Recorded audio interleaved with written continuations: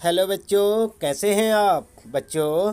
आज हम पढ़ेंगे क्लास 8 सामाजिक अध्ययन के अंतर्गत हमारे अतीत का 5वां पाठ, जब जनता बगावत करती है। 1857 यानी 1857 और उसके बाद हम आपको बताएंगे इस पाठ से संबंधित प्रश्नों के उत्तर। लेकिन उससे पहले आइए देख लेते हैं एक झलक इस पाठ की।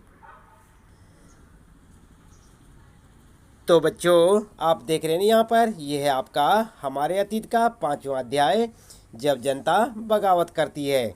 1857 यानी 1857 और उसके बाद ये है आपका पूरा पाठ। यहाँ पर हम आपको दिखा रहे हैं इस पाठ की एक झलक। आप चाहें तो इस पाठ को यहाँ से पढ़ लें और चाहे अपनी पाठ्य पुस्तक से, लेकिन आपको बता दें कि एक बार इस पाठ को अवश्य पढ़ें ताकि आपको पाठ अच्छे से समझ आ जाए और जो हम आपको यहाँ पर इन प्रश्नों के उत्तर दिखाएंगे वो आपको अच्छे से समझ आ जाए। इसलिए आप पाठ को पढ़ना ना भूलें।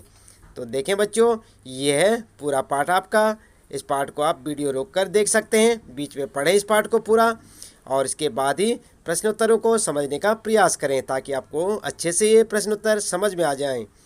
तो देख रहे हैं यहाँ पर आप, ये आपका 5वां पाठ और यहाँ पर दिखा रखे हैं कई चित्र बनाकर कि किस प्रकार से यहाँ पर जो है बगावत जनता करती है, और इस पाठ से संबंधित पूरी जानकारी इसमें जो आप देख सकते हैं और उसके उत्तर तो हम आपको बता ही देंगे। इसलिए आप लगातार वीडियो देखते रहें और जुड़े रहें हमारे साथ। तो देख रहे हैं ना बच्चों, ये है आपका पूरा पाठ। आपके पास पाठ्य पुस्तक होगी तो आप अपनी पाठ्य पुस्तक से भी इस पाठ को पढ़ सकते हैं, और चाहे तो जिन बच्चों के पास पाठ्य पुस्तकें नहीं होती हैं वे यहाँ से पढ़ सकते हैं ताकि आपको पूरा पाठ अच्छे से समझ आ जाए।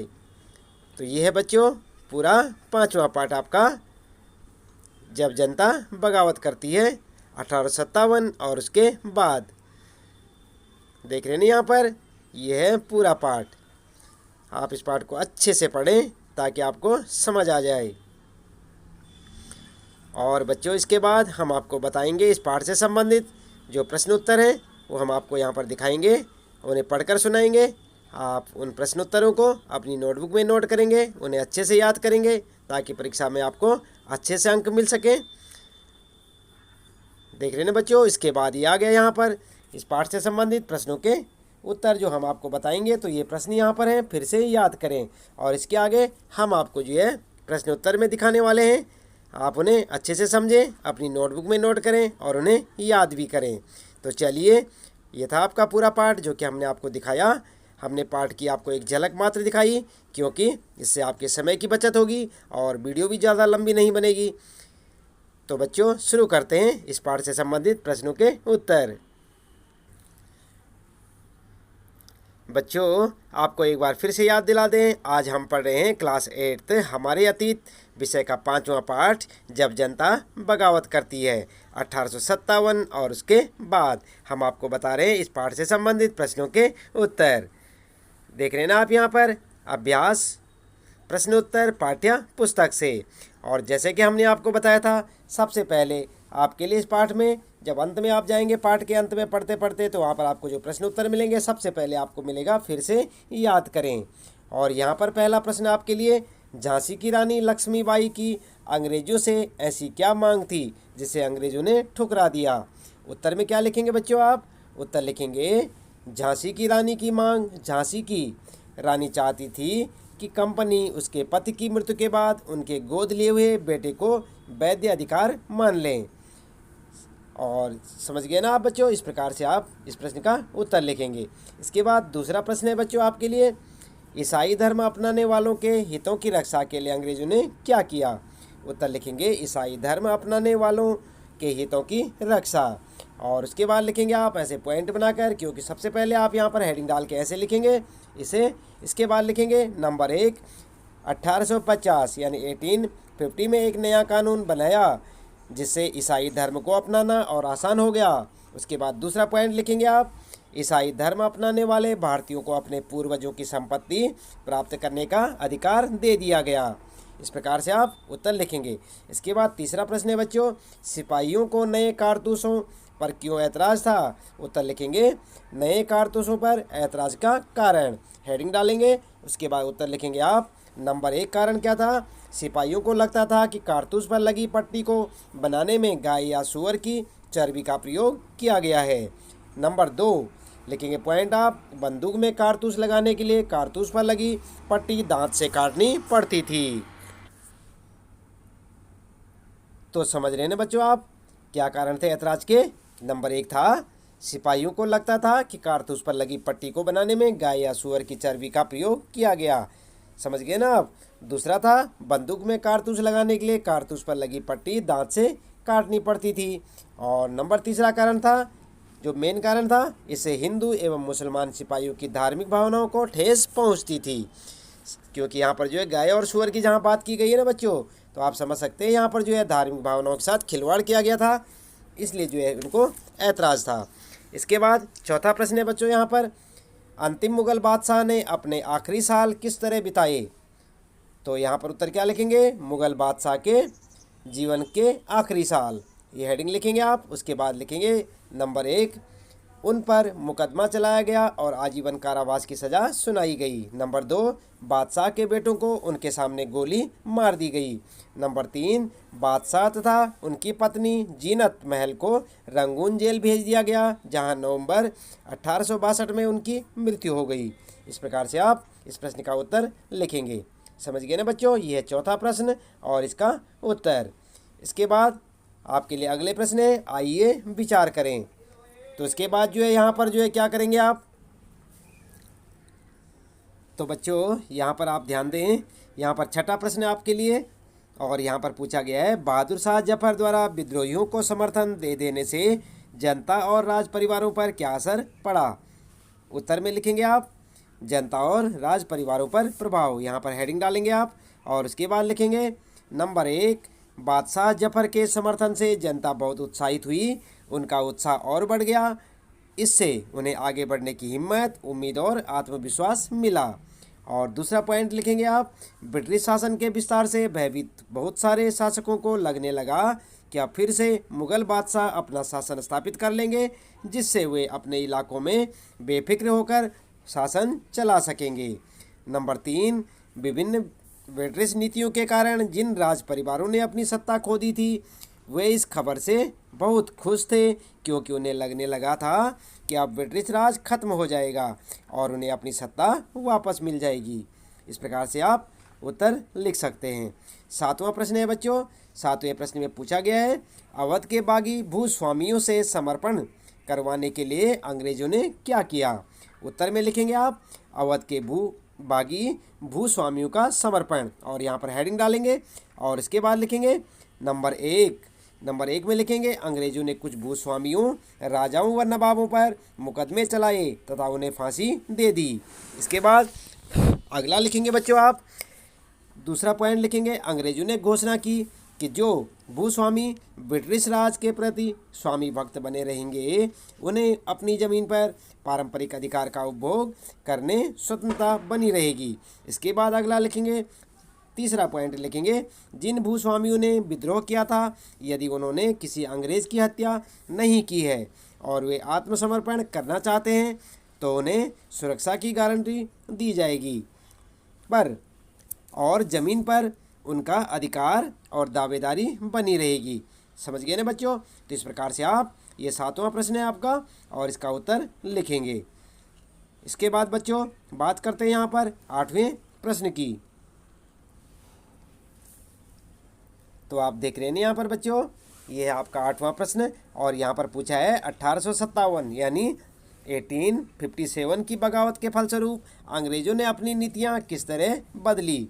उत्तर में लिख सकते हैं आप अंग्रेजों की नीति में बदलाव, इस प्रकार से लिखें। और उसके बाद हेडिंग डाल के लिखेंगे आप नंबर 1, ब्रिटिश संसद ने 1858 यानी 1858 में एक नया कानून पारित किया और ईस्ट इंडिया कंपनी के सारे अधिकार ब्रिटिश साम्राज्य के हाथ में सौंप दिए।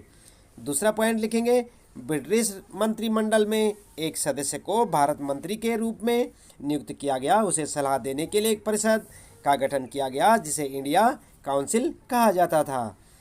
इसके बाद तीसरा पॉइंट लिखेंगे बच्चों, भारत के गवर्नर जनरल को वाइसराय कहा जाने लगा। और चौथा पॉइंट लिखेंगे, देश के सभी शासकों को भरोसा दिया गया कि भविष्य में कभी भी उनके भू क्षेत्र पर कब्जा नहीं किया जाएगा। भारतीय शासकों को ब्रिटिश साम्राज्य के अधीन शासन चलाने की छूट दी गई। और 5वां पॉइंट लिखेंगे सेना में भारतीय सिपाहियों का अनुपात कम करने और यूरोपीय सिपाहियों की संख्या बढ़ाने का फैसला लिया गया। और इसके बाद जो है छठा, मुसलमानों की ज़मीन और संपत्ति बड़े पैमाने पर जब्त की गई क्योंकि 1857 के विद्रोह का कारण मुसलमानों को माना गया। और 7वां पॉइंट लिखेंगे आप, अंग्रेजों ने भारत के लोगों के धर्म और सामाजिक रीति रिवाजों का सम्मान करने का निर्णय लिया। ठीक है ना बच्चों, तो यहाँ तक आपका इस प्रश्न का उत्तर है 8वें प्रश्न का। इसके बाद आइए यहाँ पर जो है आइए करके देखें। तो यहाँ पर क्या देखना आपने, आगे 9वें प्रश्न में देखते हैं। पता लगाएं कि सन 57 की लड़ाई के बारे में आपके इलाके या आपके परिवार के लोगों को किस तरह की कहानियाँ और गीत याद हैं। इस महान विद्रोह से संबंधित कौन सी यादें अभी लोगों को उत्तेजित करती हैं।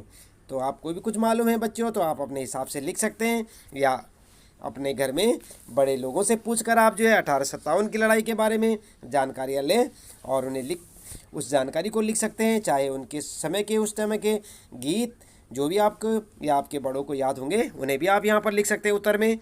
और जैसे कि आप यहाँ पर देख सकते हैं, हम आपको बताते हैं गीत 1 जैसे आप देख सकते हैं, बुंदे ले हर बोलों के मुँह हमने सुनी कहानी थी, खूब लड़ी मर्दानी हुआ तो झांसी वाली रानी थी। आपने पढ़ी होगी ना एक कविता पिछली कक्षाओं में या आपकी कक्षा में होगी, तो आप उस गीत को भी लिख सकते हैं क्योंकि ये 1857 की क्रांति की जो वीर महिला थी, कौन थी, झांसी की रानी। और इसके बाद बच्चों कहानी में लिख सकते हैं आप सेकंड नंबर पर, अंग्रेजों द्वारा मंगल पांडे को फांसी पर लटकाने की कहानी आज भी हमें उत्तेजित कर देती है। तो इस प्रकार से आप उत्तर लिख सकते हैं। इसके बाद बच्चों बात करते हैं यहाँ पर 10वां प्रश्न, देख रहे ना आप यहाँ पर 10वां प्रश्न, झांसी की रानी लक्ष्मीबाई के बारे में पता लगाएं। आप उन्हें अपने समय की एक विलक्षण महिला क्यों मानते हैं। तो इसका उत्तर क्या लिखेंगे आप देख रहे हैं यहाँ पर,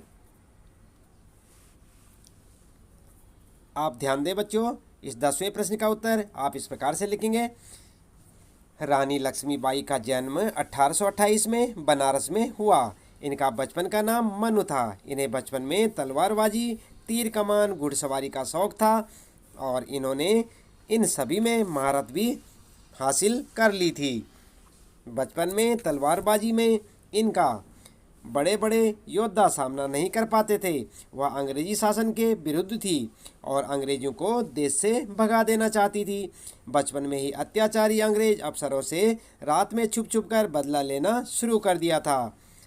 आगे 14 वर्ष की आयु में उनकी शादी झांसी के राजा गंगाधर राव से हुई।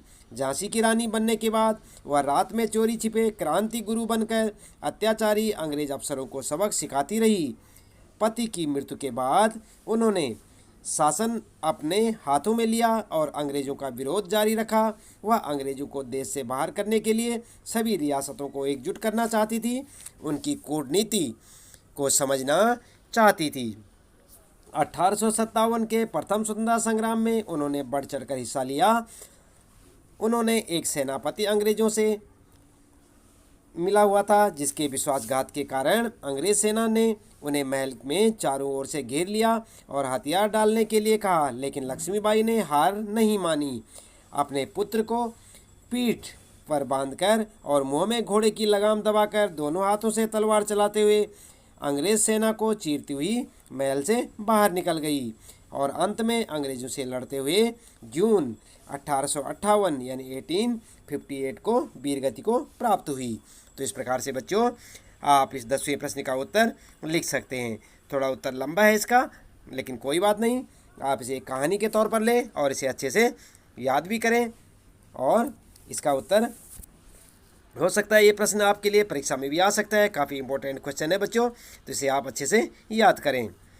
ठीक है ना बच्चों, तो इसके बाद यहाँ पर जो है इस पाठ से संबंधित प्रश्नों के उत्तर समाप्त होते हैं। आज हम पढ़ रहे थे बच्चों यहाँ पर कक्षा 8 सामाजिक अध्ययन के अंतर्गत हमारे अतीत विषय का 5वां पाठ, जब जनता बगावत करती है 1857 और उसके बाद।